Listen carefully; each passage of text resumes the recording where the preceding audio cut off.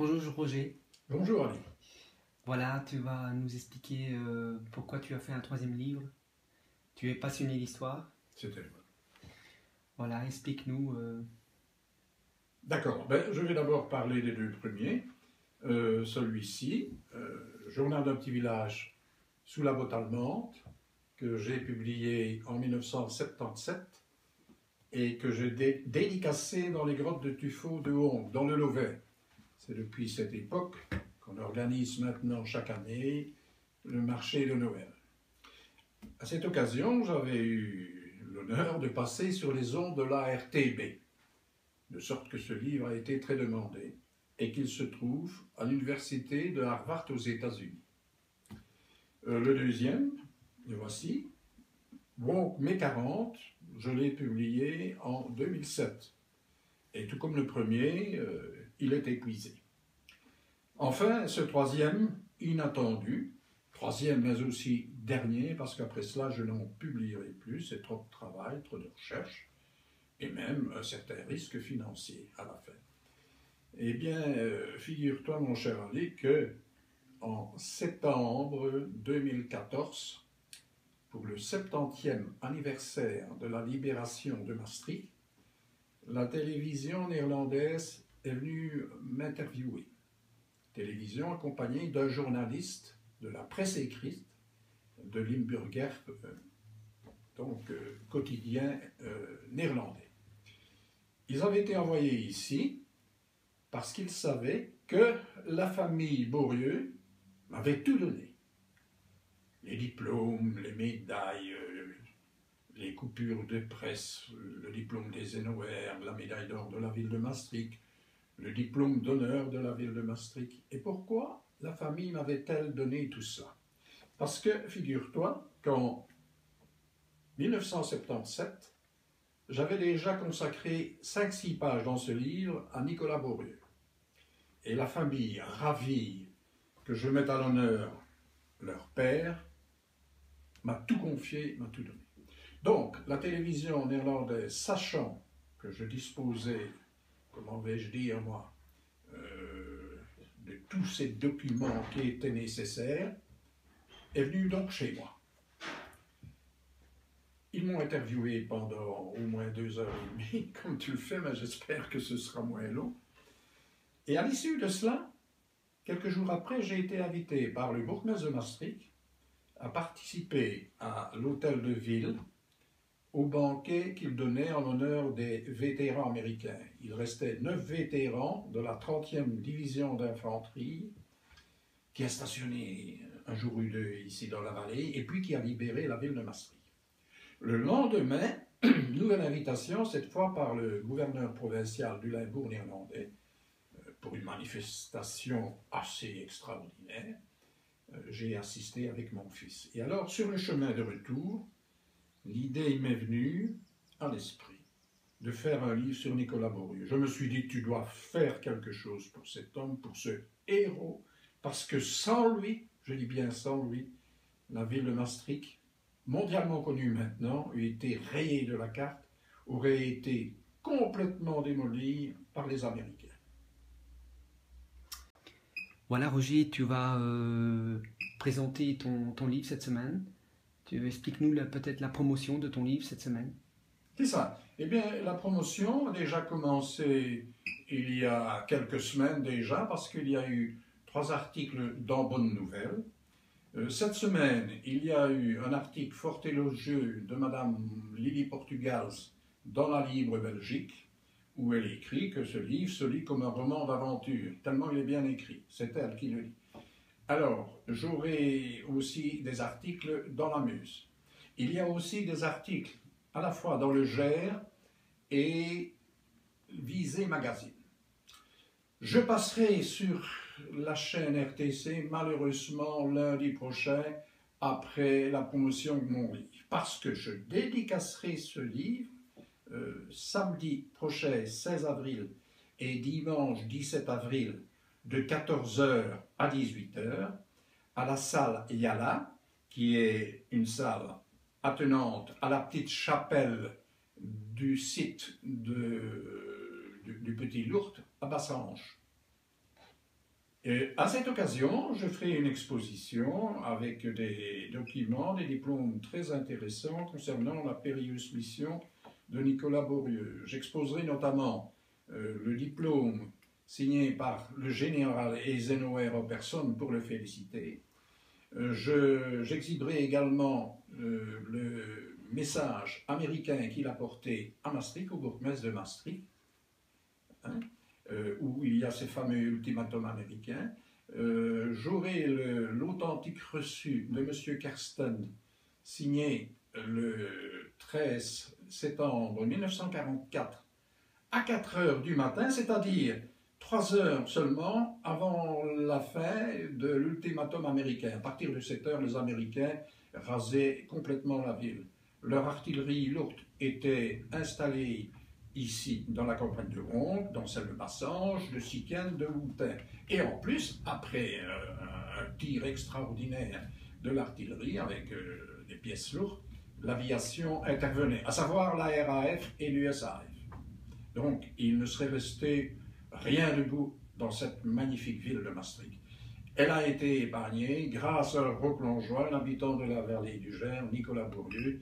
Et dans ce livre, je raconte dans les moindres détails cette odyssée extraordinaire. Je vais citer par exemple un exemple. Ce monsieur s'est permis de ramper la nuit au milieu des Allemands endormis dans leur trou d'homme. Il a dû malheureusement, comment vais-je dire, poignarder le premier, le guetteur. Il a eu une chance d'ailleurs extraordinaire. Je vais d'ailleurs aussi montrer le brassard allemand qu'il a mis au bras, parce qu'à un moment, cet homme qui n'avait peur de rien, mais strictement peur de rien, s'est affolé. Il y avait de quoi, il y avait des Allemands devant lui, derrière lui, à droite et à gauche, et comme il me l'a dit, et ça a été rapporté dans la presse à l'époque, il adresse, dit-il, au ciel une ultime prière, et se souvient qu'il a en poche un brassard allemand, qu'il a porté comme gardien de nuit dans une usine de Herstal. Il le met au bras, il se débarrasse de ses grenades, de son poignard, de sa toile de tente allemande, et puis cela lui donne le courage, il rampe encore un peu, puis il se met debout, il marche résolument vers Maastricht.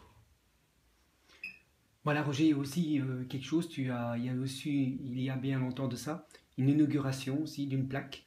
Oui, précisément, ce brave monsieur Nicolas Bourrieu, que je vais maintenant sortir définitivement de l'anonymat, de l'oubli, eh bien, je l'ai déjà honoré une seconde fois, c'est-à-dire que la fille Bourrieu, Maggie, m'avait demandé de l'aider à rechercher un aviateur français qui avait trouvé la mort au-dessus de Roquelange-sur-Gers.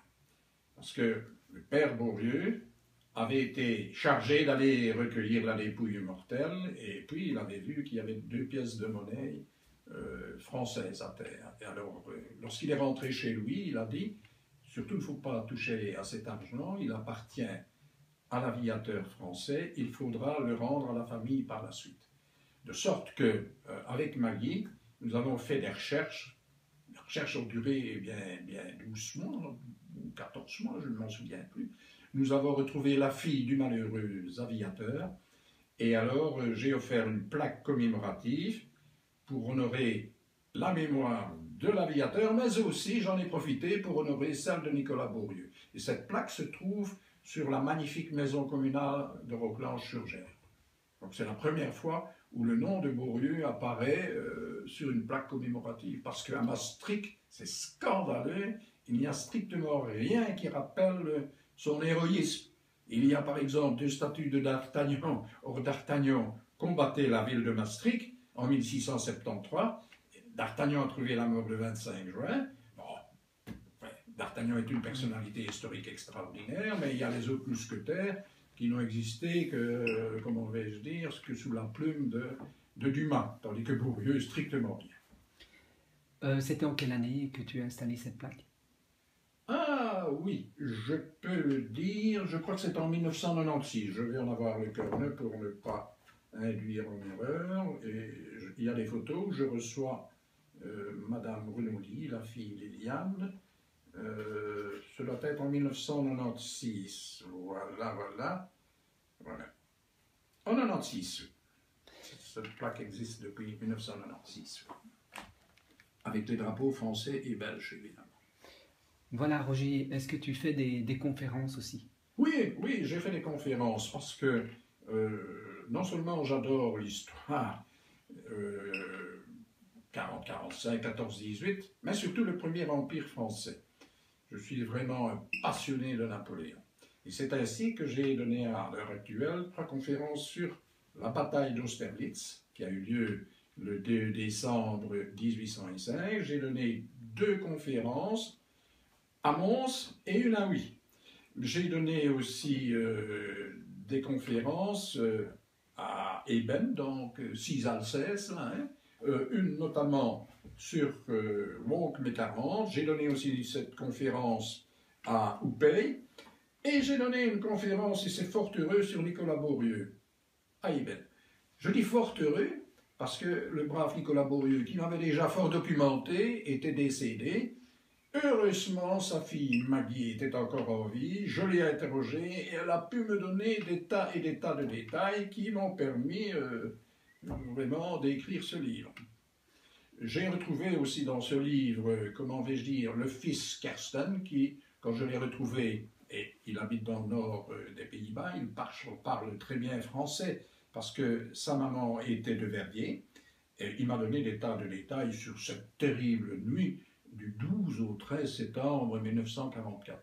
J'ai retrouvé la petite servante, qui était âgée à l'époque de 14 ans, Truss, et chose étonnante, qui était la fille d'une de mes employées au ciment Porte-dans-les-Joints. En plus, tous les documents qui sont en ma possession, évidemment, permet évidemment d'écrire ce livre, qui a été déjà lu par plusieurs, parce qu'il est mis en vente depuis plusieurs jours, et les gens l'ont véritablement dévoré. Ils disent que ce livre est extraordinaire, ils l'ont lu en moins de 2 jours. Ben voilà, Roger, peut-être pour terminer avec toi, te poser encore une petite question. Oui. Si tu dois encore nous dire quelque chose par rapport à l'histoire, est-ce que c'est très important de ne pas oublier l'histoire? Est-ce que tu n'as pas une impression que les jeunes maintenant oublient? Oui, ils n'oublient pas, ils se désintéressent complètement. Se désintéressent complètement. Alors que moi, à l'âge de 10 ans, je m'intéressais déjà à Napoléon. Eh bien, j'ai d'ailleurs mis ici dans ce livre, dans la première page, quelque chose de très intéressant, c'est-à-dire c'est un certain Jorge Santayana qui l'a écrit. Ceux qui ignorent les événements de l'histoire sont appelés à les revivre. C'est chargé de menaces, hein, parce qu'avec l'histoire, on apprend le passé, on devine le présent et même le futur.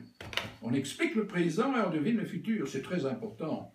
Mais ce sont les professeurs qui doivent prendre les cours attrayants, vivants. Hein, je dirais bien, chaque professeur, quel que soit comment son domaine, doit être lui-même un passionné. Alors, il transmet sa passion aux élèves. D'ailleurs, tous ceux que j'ai rencontrés qui adoraient l'histoire m'ont toujours dit « Ah, mais nous avions un professeur d'histoire extraordinaire ».